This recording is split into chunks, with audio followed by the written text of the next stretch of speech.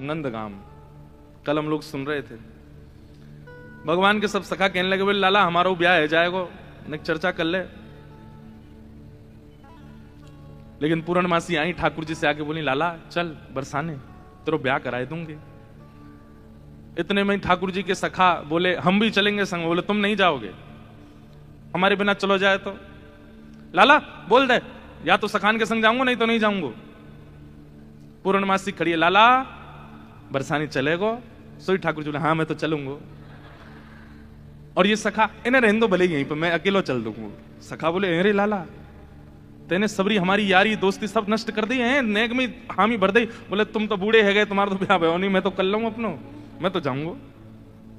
लाला ऐसे मत करें, हम ले चल संग में। कैसे सखा है ठाकुर जी के, पहले तो ठाकुर जी पे इतना भरोसा कर लेते हैं कि हमारे बिना कहीं जाएगा नहीं, ठाकुर जी उन्हीं को छोड़ देते हैं। इतने में ठाकुर जी पूर्णमासी की तरफ चले गए और जाके बोले तुम में तो कोई एक चलेगो मेरे संग। बोले क्यों एक क्यों चलेगो? अरे ससुराल है, कल को हमारी ससुराल बन जाएगा बरसानो, तुम सबरे ऐसे ऐसे काम करो, तुमने ले जाके मैं ना कटवाऊंगा अपनी, कोई एक चलो।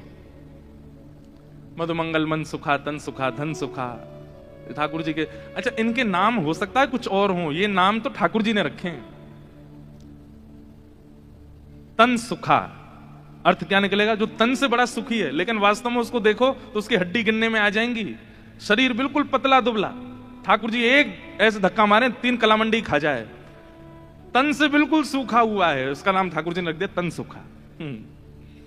अब कोई दूर से सुने तो कौन आ रहा? बोले तन सुखा आ रहा। बोले तन से बड़ा सुखी, लेकिन देखने में बिल्कुल विपरीत है, उसका नाम ठाकुर जी ने तन सुखा रखा। एक है मन सुखा, मन से जो सुखी है, लेकिन उसको देख लो तो ऐसा लग रहा है कि रो रहा है क्या। बात है ठाकुर जी जब पहली बार मिले तो ठाकुर जी बोले अरे तू रो काई को रो? बोले रो ना रो, मेरो चेहरा ही ऐसा है। ठाकुर जी अरे तू तो मन सुखा, भैया को नाम मन सुखा रख दो। एक आयो, वो 4 दिन एक ही कपड़ा ने पहने, 5-5 दिन तक एक ही कपड़ा ने पहने, ना नहावे ना धोवे। अरे तू कपड़ा ने काई गुना बदल रहा है, एक ही कपड़ा में सबरे दिना ने कर दे। बोले लाला धोवे पड़ेंगे, श्रम है जाएगा, बड़ी मेहनत होगी। ठाकुर जी बोले ऐसा कंजूस है, धन खर्च ना करो, या को नाम धन सुखा। तन सुखा मन सुखा धन सुखा। ये ठाकुर जी के सखा हैं। तो एक सखा को ठाकुर जी संग ले गए। अब कल हमने एक लीला सुनी थी कि ठाकुर जी जोगी बन करके गए और किशोरी जी से मिल, ऐसे ठाकुर जी अनेक रूप बना बना करके गए हैं पहले। ये तो हम सीधे अब ठाकुर जी के विवाह के लिए अपने आप को दिखावे जा रहे हैं बरसाने यहां पर। इससे पहले बहुत लीलाएं हो चुकी हैं। एक लीला और आती है कि एक बार ठाकुर जी श्यामा सखी बन करके गए। श्यामा सखी कैसे?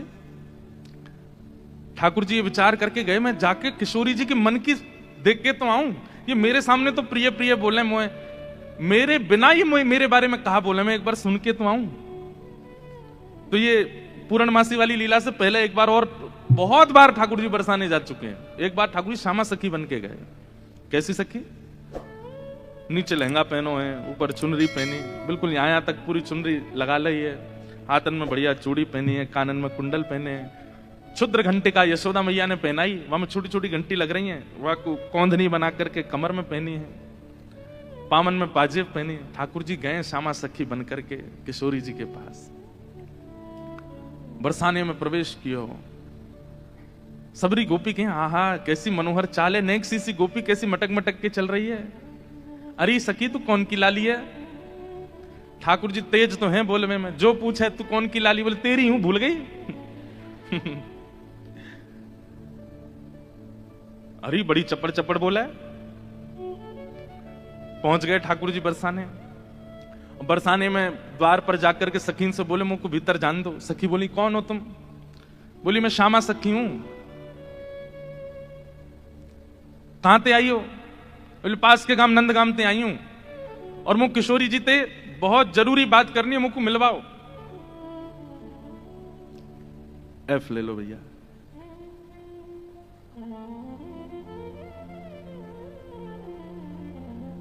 ठाकुर जी भीतर गए। सखीन ने बोली बोले भानु बाबा के पास जाओ, शिकायत आदि करनी है, कोई न्याय चाहिए तो वहां जाओ, ये किशोरी जी के पास आवे के लिए नहीं है। वो नहीं, हम तो किशोरी जी से ही बात करेंगी, ऐसी बात है कि मैं वृषभानु जी से ना कह सकूं।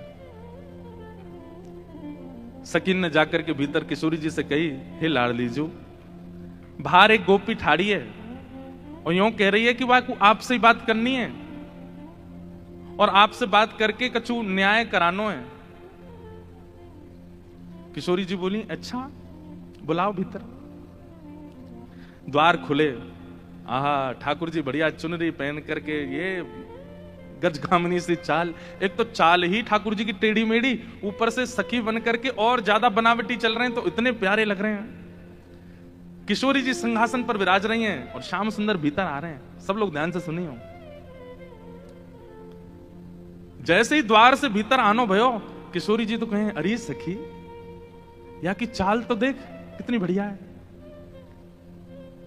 ललिता विशाखा बोली, हाँ चाल तो बढ़िया है। अरे देखियो, या की कमर कैसी सुंदर लग रही है। ललिता विशाखा बोली, श्री जी, आपको पहली बार कोई सखी पर मोहित रहते हुए देखो हमने। आप तो सदा प्रियतम श्री श्याम सुंदर पे ही मोहित रहे हैं, लेकिन आज पहली बार। अरे पता ना, या की चाल ढाल और जो जो अंग या के दिखाई दे रहे हैं, जैसे घूंघट पकड़ी चल रही है, यहां से भुजा दिख रही है, नेक नेक थोड़ा उधर भी दिखाई दे रहा है, थोड़े थोड़े चरण भी दिखाई दे रहे हैं, जो जो अंग मुंह को दिख रहे हैं ना, इतने प्रिय लग रहे हैं कि मैंने ऐसी प्रिय स्वरूप तो पहले देखो नहीं है। अरे ललिता, तू मेरी एक बात, अभी मिले नहीं है ठाकुर जी। और किशोरी जी कहने, ललिता तू मेरी एक बात सुन। बोल, कहा, ये जो भी बात करे वो सुन लेंगे, फिर बाकी बात याकू अपने सखी समाज में ले लियो। मुख बड़ी भारी है, अभी आपको मुख नहीं दिखो, मुख में तभी यहाँ पे मोहित है गई हूं। विशाखा जी बोली, नहीं रुक जाओ, आन तो दो, बात तो होने दो। किशोरी जी आज जैसे ठाकुर जी को देख के हो जाती है, वैसी हो गई है एक सखी को देख। स्वयं पर भरोसा नहीं हो रहा है किशोरी जी को कि मैं ऐसी क्यों है रही हूं। ठाकुर जी आके सामने खड़े है गए, उन्हें एक बनावटी सी आवाज भी बना ली ठाकुर जी ने। किशोरी जी बोली, कहो सखी, कहा नाम है तुम्हारो? अजी मेरो नाम तो श्यामा सखी है। स्वर सुनते ही किशोरी जी के नेत्र बंद है गए। ललिता जी को हाथ पकड़ के कहें, मुंह को कहा है रो है, या के चाल, या के रूप रंग सब देख करके तुम, या के स्वर में भी कछु आकर्षण है। ललिता जी बोली, श्यामाजू ऐसे ना करो करें। अरे वो सखी है, वहां पे आप मोहित का ही बोले, ना पता ना, या मैं तुम्हें ना लग रहा आकर्षण, बोलना हमें तो ना लग रहा। मैं एक बात कहता हूं बंधु, हमारे ठाकुर जी कैसे हैं? रूप, रस, स्पर्श, गंध और शब्द, ये पांचों से आपको अपनी ओर आकर्षित करने की सामर्थ्य रखते हैं। आप कहो कि मैं नेत्रों से देखूंगा नहीं, तो फिर श्री कृष्ण मुझे कैसे भाएंगे? वो कान में ऐसा स्वर बोल देंगे कि स्वर से आप उनके हो जाओगे। आप कहो कि मैं नेत्रों से देखूंगा भी नहीं, कान से सुनूंगा भी नहीं, फिर श्री कृष्ण मुझे कैसे अपनाएंगे? अरे वो अपने अधरामृत को नेक कछु तिनका आपकी जिह्वा पे धर देंगे, वही से आप उनके हो जाओगे। आप कहोगे मैं नेत्र भी बंद कर लूं, कान भी बंद, मुख भी बंद, अब श्री कृष्ण मेरे कैसे होंगे? तो वो आपके बगल में आके खड़े हो जाएंगे, उनकी तन की सुगंधी नाक से भीतर जाए, वही से उनके हो जाओगे। आप कहो आंख, कान, नाक, मुंह सब बंद कर लूं, अब श्री कृष्ण मुझे कैसे अपनाएंगे? तो वो केवल अपनी कनिष्ठ उंगली से आपके तन को छू देंगे, वही से उनके हो जाओगे। वो स्पर्श ही इतना सुखदायी होगा कि आप उनको छोड़ नहीं पाओगे। किशोरी जी कह रही हैं, अरे मैं अपने आप पे तो बाहर जा रही हूं, ये सखी कैसी है, या कि स्वर कितने सुंदर। ठाकुर जी खड़े खड़े बोले, अरे श्यामाजू, मुंह को इतनी देर है गई खड़े खड़े, आप मेरो न्याय करोगी कि नहीं करोगी? किशोरी जी बोले, अरे मैं तो ऐसे बहल गई, बताओ कहा बात है? बोले, मैं आपसे आज न्याय की याचना करके आई हूं। मैं रहूं नंदगाम में, और नंदगाम में नंद बाबा के महल की बिल्कुल समीप ही मेरा घर है। तो विशाखा जी बोली, तो नंद बाबा के पास जाती न्याय लेवे, तुम बरसाने का आई हो? बोले, वहां नहीं मिलेगा, यही मारे तो यहां आई हूं। और बात इतनी गंभीर है कि मैं वृषभानु बाबा से ना कह सकूं, आप तो ही कहूंगी। किशोरी जी बोली, कहो।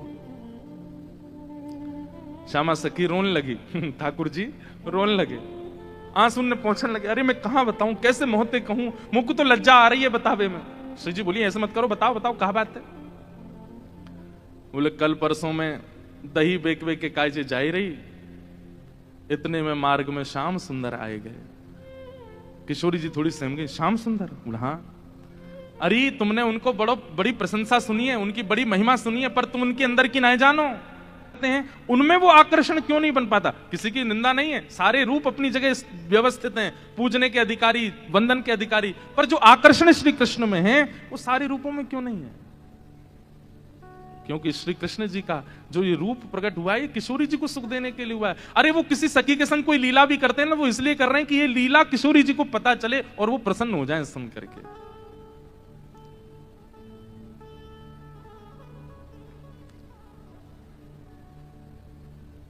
मेरे सामने एक शब्द नहीं बोली उनके बारे में। श्यामा सखी बोली, पहले तो मैंने संदेह में सुनी कि किशोरी जी को और हमारे नंद के लाला को कछु प्रेम संबंध है, पर आज तो मुंह को ऐसा लग रहा हो वास्तव में हते। किशोरी जी बोली, नहीं नहीं ऐसी कोई बात नहीं है, ये तो सब तुमने ऐसी मन। नहीं नहीं नहीं, मुंह को तो लग रही है ऐसा। आप इतनों कैसे जानो वाक्य के बारे में, इतनों कैसे मानो वाक्य के बारे में? किशोरी जी एक बात बताऊं? बोले हाँ। बोले मैं अकेली नहीं हूं शिकायत करने वाली, ऐसी अनेक बैठी हैं। आपको ऐसा लग रहा है कि श्याम सुंदर तो केवल लीला कर रहे हैं, पर इस वक्त यही समय श्याम सुंदर कोई और सखी के संग भी ऐसी क्रिया कर रहे होंगे। वहां को मार्ग रोक रहे होंगे, वहां के हाथ पकड़ रहे होंगे, वहां की चुनरी उड़ा रहे होंगे, वहां की मटकी फोड़ रहे होंगे। और न्याय विश्वास होवे, आपको अगर बहुत प्रेम है तो आप श्याम सुंदर को पुकार के देख लो, यदि वो आ जाएं तो मैं मान जाऊंगी। आमेंगे ही नहीं। ठाकुर जी कह रहे हैं मैं तो सामने ही खड़ा हूं, मैं कैसे आऊंगा? किशोरी जी से कह रहे हैं ललिता विशाखा है भूल जाओ, बाकी सब बातें ने भूल जाओ। आपको प्रेम है ना श्याम सुंदर से, तो मैं आपसे शर्त लगाए के कह रही हूं, आप पुकारो। और यदि श्याम सुंदर आपके सामने आए गए तो जीवन भर आप दोनों की चाकरी करूंगी। ये श्यामा सखी को वचन है आपके लिए, बुलाए लो। किशोरी जी बोली, देख मोते मत बोले, मैं जानू, मुझको प्रबल विश्वास है कि श्याम सुंदर आ जाएंगे। मैं बस टेर लगाऊंगी और दौड़े दौड़े आवेंगे। श्यामा सखी बोली, आज है जाने, बुलाए के देख लो आ जाए कि नहीं। किशोरी जी तुरंत नेत्र बंद करके बैठी और जैसे ही अपने प्रियतम का स्मरण किया है, हूं तो दासी नित्य तिहारी, हूं तो दासी नित्य तिहारी। प्राणनाथ जीवन धन मेरे, प्राणनाथ जीवन धन मेरे, हो तुम पे मैं बलिहारी, हो तो दासी नित्य तिहारी, हो तो दासी नित्य तिहारी, हो तो दासी नित्य तिहारी, हो तो दासी नित्य। हमारे भारत में एक बड़े अच्छे रसिक हुए श्री हनुमान प्रसाद पोद्दार जी महाराज भाई जी। उन्होंने षोडश गीत लिखे हैं। एक गीत ठाकुर जी गा रहे हैं किशोरी जी के लिए और दूसरा गीत किशोरी जी गा रही हैं ठाकुर जी के लिए। इतना सुंदर है, मेरा बहुत समय से मन है कि कभी मैं षोडश गीत पर चर्चा करूं। 16 गीत जो हमारे भाई जी ने गाए हैं बहुत सुंदर है। उनमें से एक गीत ये किशोरी जी गा रही हैं ठाकुर जी के लिए। क्या कह रही हैं? चाहे तुम अति प्रेम करो, तन मन सो मोहे अपनाओ। चाहे तुम अति प्रेम करो, तन मन सो मोहे अपनाओ। हूं तो दासी नित्य तिहारी, हूं तो दासी नित्य तिहारी। नेत्र बंद करके किशोरी जी स्मरण कर रही हैं श्याम सुंदर को, और जब कह रही हैं कि हे श्याम सुंदर मैं तो आपकी दासी हूं, जबकि ये बात गलत है। ठाकुर जी दास मानते हैं अपने आप को किशोरी जी के चरणों का, लेकिन आज किशोरी जी ने वास्तव में तो बात यह है कि जैसे ही नेत्र बंद किए हैं किशोरी जी ने और स्मरण करना प्रारंभ किया, कहां है श्याम सुंदर, कहां है मेरे प्राणनाथ, कहां है मेरे जीवन धन। तो जैसे किशोरी जी ने नेत्र बंद करके स्मरण कियो तो किशोरी जी पूरे ब्रजमंडल में भ्रमण कर आई, लेकिन ठाकुर जी नहीं मिले। किशोरी जी बोली, हाँ श्याम सुंदर गए कहां, आज मेरे प्राणनाथ गए कहां। और ध्यान लगा करके देखो, श्याम सुंदर किसी गिरी कुंज में तो नहीं बैठे, कहीं यमुना तट पे तो नहीं बैठे, कहीं दूर तो नहीं चले गए, दिख क्यों नहीं रहे हैं। और तभी किशोरी जी को ढूंढते ढूंढते ढूंढते दिखाई दियो बरसानो भवन। किशोरी जी कह रही है बरसानो भवन क्यों दिख रहा है? तभी किशोरी जी को दिखाई दियो अपनो ही निकुंज, ये मेरो निकुंज कहीं को दिखाई दे रहा है। अरे कहीं ऐसा तो नहीं श्याम सुंदर यहीं कहीं छुप करके बैठे हैं? और मन में ध्यान से देखो तो किशोरी जी को अपनो ही अंतःपुर दिखाई देने लगो। किशोरी जी बोली मेरे अंतःपुर में तो केवल ललिता है, विशाखा है, मैं हूं और श्यामा सखी। और ध्यान लगा करके देखो तो क्षुद्र घंटिका दिखाई देने लगी जो श्यामा सखी ने पहन रखी है। किशोरी जी बोली ये क्या क्षुद्र घंटिका? ये तो मैंने अभी कहीं, अरे ये तो श्यामा सखी की कमर पे देखी। और जब और ध्यान लगा करके देखो तो घूंघट के भीतर कमल नैन मटक रहे हैं, इधर उधर आंख मटका रहे हैं।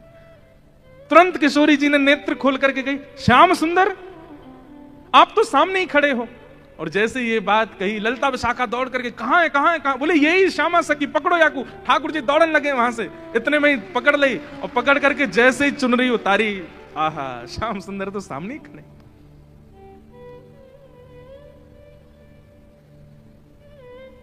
कैसा प्रेम है ये प्रेम, इसको आप संसार में घटा ही नहीं सकते हो। अब तो ललिता विशाखा पकड़ करके खड़ी हैं और ठाकुर जी की ऐसी बेणी, आहा नथबेसर पहनी है नाक में, ऐसी सुंदर बिंदी लगा करके आए, काजल लंबो लंबो खींच के आए, अपने घुंघराले केशन की बढ़िया बेणी गूंथ करके जैसे कोई छोरी तैयार हुए ऐसे बन के आए। किशोरी जी बोली पकड़ के रखो अब इनको, ने रज रज के देख तो लूं आज, हैं सामने आए के श्यामा सखी बन के अपनी बुराई कर रहे हो मुझे। अरे श्यामाजू मैं तो आपके हृदय की जान में आयो कि आप मेरे बारे में कैसी विचारधारा रखो, मेरे बारे में आपके हृदय में कैसे भाव हैं। किशोरी जी बोली तो कहा सुनो आपने कैसे भाव हैं? बोले मुंह को ऐसा लगो करतो कि मुंह से ज्यादा प्रेम कोई ना कर सके या संसार में। पर हे श्यामाजू आज आपके प्रेम के भाव पर तो मैं भी बिक गयो, आपको प्रेम तो अटूट है। अरे आप तो ऐसी हैं कि आप बैठी कहीं भी हों लेकिन आपके चिंतन में सदा मैं विराजमान रहूं। मैं कहां जाऊं, कहां करूं, कहां खाऊं, कहां पीऊं, कैसे आऊं, आपको सब पता है। बंधुओं ये प्रेम की चरम स्थिति होती है कि आप केवल ध्यान में ही अनुभव कर लेते हैं अपने प्रेमी का। ये आज के समय में संभव नहीं है।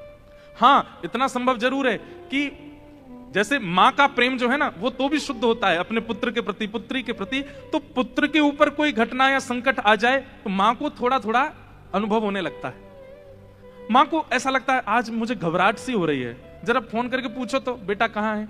वो बेटा को फोन करती है तो पता चलता है आज स्कूटर से गिर गया है, पैर में लग गई है, पढ़ने गया है हॉस्टल में। अच्छा मुझे सुबह से ही लग रहा था कुछ तो दिक्कत है। इतना अनुभव मां को तो हो जाता है और इतना अनुभव कई कई पत्नियों को भी अपने प्रियतम का हो जाता है कि शायद कुछ गड़बड़ है थोड़ा, लेकिन इससे अधिक की स्थिति में आज के लोग नहीं जा सकते। पर श्री जी वो तो नेत्र बंद करके ध्यान करके पता कर लेती हैं कि श्याम सुंदर इस वक्त कहां है, मेरे प्रियतम कहां है। किशोरी जी ने कही आज एक काम करो, बोले कहा द्वार सब बंद कर दो, चटकन ही लगा दो, आज जान नहीं देंगे इनको, आज यहीं बैठाओ। बड़ी श्यामा सखी बन के आई हो, इधर आओ। ठाकुर जी बोले श्यामा जी मैं आपके चरणन को पूजूं, आपसे हाथ जोड़ रहा हूं, मुझको छोड़ दो। बोल ना है आज तो याकू नई दुल्हन बना के यशोदा के पास ले चलेंगे और यशोदा जी से कहेंगे देखो हमारे गांव की एक नई दुल्हन आई है, अभी ब्याह भयो, याकू आशीर्वाद दे दो। और जब यशोदा मैया अपने लाला को चिर सौभाग्यवती जब आशीर्वाद देंगी तब आवेगो आनंद। किशोरी जी आपसे हाथ जोड़ूं, पाम परूं, ऐसा मत करियो, यशोदा मैया के आगे नाक कट जाएगी मेरी, ऐसे छोरी बनो डोलूं, वो वैसी मेरे पीछे पड़ी रहे। ए लाला ने अपनी चाल सुधार, दूर से ऐसा लगा कोई गजगामिनी छोरी आ रही है का। उन्हें पता चलेगी मैं लहंगा भरिया पहन के डोल रहा हूं, बहुत बहुत नाराज, उनके सामने नहीं, आपके सामने आ सकूं ऐसे। किशोरी जी को इतना अच्छा लग रहा है कि आज श्याम सुंदर घबरा रहे हैं। इतना घबरा का ही करो, यहाँ पे बैठो, बगल में बैठा। सब सखी लाई किशोरी जी के बगल में ठाकुर जी को बैठाए दियो। अब श्री जी के मन में कौतिक आयो है, अरे ललिता विशाखा, ठाकुर जी को हाथ पकड़ लियो, ठाकुर जी घबरा रहे हैं, जन कहा करेंगी। नेक्स्ट सामने तो आओ, ललिता विशाखा दोनों सामने आ गई और बोली देखो हमेशा या सिंहासन पर प्रिया प्रियतम विराजमान हूं मैं, लेकिन आज दो दो प्रिया बैठी हैं, एक श्याम प्रिया एक गौर प्रिया। अब ये बताओ दोनों में सुंदर ज्यादा कौन लग रहा है? ये ज्यादा सुंदर लग रहे हैं या मैं ज्यादा सुंदर लग रही हूं? लहंगा इनने भी पहनो, मैंने भी पहनी है, बेनी मैंने भी गुथी है, इनने भी गुथी है, माथे पे बिंदा मैंने भी लगाया हो, आंखन में काजल इनके भी, मेरे भी, सब कुछ। अब तुम दोनों बताओ, हम दोनों में सुंदर ज्यादा कौन लग रहा है? श्याम सुंदर, ऐसे रो मत, मुस्कुराओ, कचुकर थोड़ी नहीं हूं मैं। ठाकुर जी मुस्कुराने लगे। अरे ललता, बताए दे आज सुंदर कौन है? और देखते देखते देखते अश्रु भराते हैं नेत्रों में। बोले आप ही बताओ ना, क्या करें? दोनों ही समान लग रहे हो हमको, दोनों ही एक जैसे लग रहे हो, दोनों में ये न्याय करना बड़ा मुश्किल है। ठाकुर जी आप ही कछु संकेत करो, क्या बताएं? तो जैसे ठाकुर जी ने देखी ललिता विशाखा बड़ी परेशान है गई हैं, तो पहले ठाकुर जी नेत्र बंद कर लिए, और नेत्र बंद करके मानो ऐसे करके बैठ गए। बोले कि अगर तुमने इनको श्रेष्ठ बतायो तो फिर याद रखियो, तुम बच के दिखाइयो मोते। और श्री ललिता विशाखा सोच रही भाई जीनो तो हमें श्री जी के संग है, और श्री जी की अगर हम प्रशंसा कर देंगे तो ठाकुर जी नहीं छोड़े, ठाकुर जी की कर देंगे तो फिर श्री जी कहेंगे अच्छा जाओ नंदगाम में बोरिया बिस्तर लेके जाओ, वहीं रहो, यहां नहीं रहना। अंत में ठाकुर जी से कहने लगी, बोले इशारे में ही बात हो रही है, कुछ कह नहीं रहे। बोले बताओ तो क्या करना है? अंत में ठाकुर जी को दया आ गई, और दया आके ठाकुर जी ने ऐसे इशारा किया, बोले इन्हीं की बताओ, बेसर इन्हीं की अच्छी है। बोले मेरी प्रशंसा कर दोगे मुझे सुख नहीं मिलेगा, इनकी प्रशंसा करोगे ये राजी भी आ जाएंगी, मुझे भी सुख मिलेगा। हाँ हाँ। कछु एक सरस लली की बेसर, एक सरस लली की बेसर, कछु एक सरस लली की बेसर, एक सरस लली की बेसर, कौन की अतनी की बेसर, कौन की अतनी की बेसर, कौन की अतनी की बेसर, कौन की अतनी की। अंत में ठाकुर जी ने इशारा कर दिया, बोले इन्हीं की बेसर नी की है, यूं कह दो। और ललिता विशाखा बोली कछु नेक सरस, ये नहीं स्पष्ट बोला कि श्री जी की बेसर, श्री जी को श्रृंगार ज्यादा सुंदर है। क्या कह रही है? बोले हे नंद नंदन हमें क्षमा करियो, कछु नेक सरस लली की बेसर, आपसे नेक, नेक ज्यादा नहीं, नेक सुंदर हमारी श्यामा जी लग रही है। और ये बात कहते ही ठाकुर जी सिंहासन से नीचे आ गए कि अरे जय हो हमारी श्यामा जी की जय हो, हमारी लाडली जी की जय हो, हमारी वृषभानु दुलारी की जय हो। सब जय जयकार करने लगे। किशोरी जी बड़ी आनंदित है गई, लेकिन मनी मन सोचने लगी अरे ललता तेने गलत किया, ठाकुर जी ज्यादा सुंदर लग रहे हैं। अब ललता जी बोले अब ये लो, ये अलग लड़ाई होगी, अब ये यूं लड़ेंगे कि तुमने मेरी काय को कह दी। तेने देखी ना, देख कैसी बिस्तर पहन के आए, देख कैसी भौं लग रही है, कैसी, तेने गलती कर दी मेरी प्रशंसा, इन्हीं की करनी तो है। आप कह रही हो तो यही सुंदर, अच्छा तो या को मतलब तेने वास्तव में ना कही, अब इनके पक्ष में चली गई। बड़ी भोली है हमारी श्री जी, बड़ी सीधी। सेवा धर्म का एक स्वरूप और होता है, हां में हां, ना में ना। हमारे सेवक जो कहते हैं वो, हमारे स्वामी जो कहते हैं उसमें हाँ है। हमारे स्वामी अगर कहते हैं रात्रि के 2 बज रहे हैं तो समझो 2 ही बज रहे हैं। हमारे स्वामी कहते हैं कि भाई बड़ी ठंडी पड़ रही है तो कंबल लाके उड़ा दो, बोले ठंडी होगी जेठ के महीना में। ये सेवक धर्म है भैया, ये सामान्य नहीं। अपनी बुद्धि मत चलाइए। आजकल के सेवक तो विचित्र होते हैं। गुरुजी ने अपने चेला से कही, चेला राम रात्रि हो गई बेटा, चलो लाइट बंद कर दो। बोले गुरुजी आंख बंद कर लो, अंधेरा अपने आप हो जाएगा।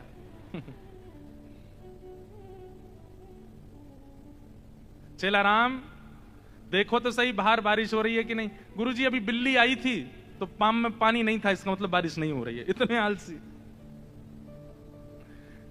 चेला राम बड़ी हवा चल रही है, किवाड़ बंद कर दो। गुरुजी 2 काम मैंने कर दिए, तीसरा आप कर लो। ऐसे चेला है आजकल तो। सेवा धर्म कैसा है? ठाकुर जी कहें हां तो हां, ठाकुर जी कहें ना तो ना। हम एक पर्ची वाला क्रम करते हैं अपने ठाकुर जी के संग। अब तो मैं करता ही नहीं हूं। क्यों? वो ना ही करते हैं हर बात पे, हर बात पर ना बोल देते हैं, ना ये नहीं करनो, ये नहीं करनो।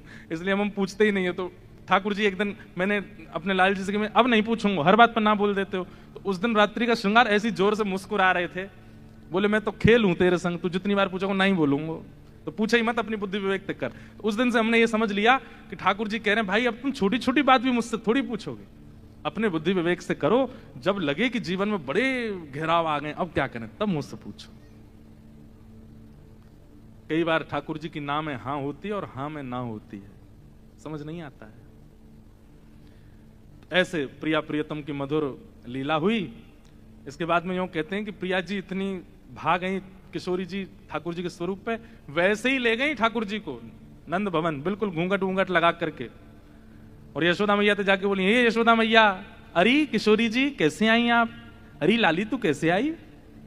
अरे कहा बताऊं एक नई बहू आई है ना, कि आपको आशीर्वाद दे दो। ठाकुर जी को सौगंध दे के लाई, बोलोगे नहीं? ठाकुर जी आए घूंघट वूंघट पहन करके।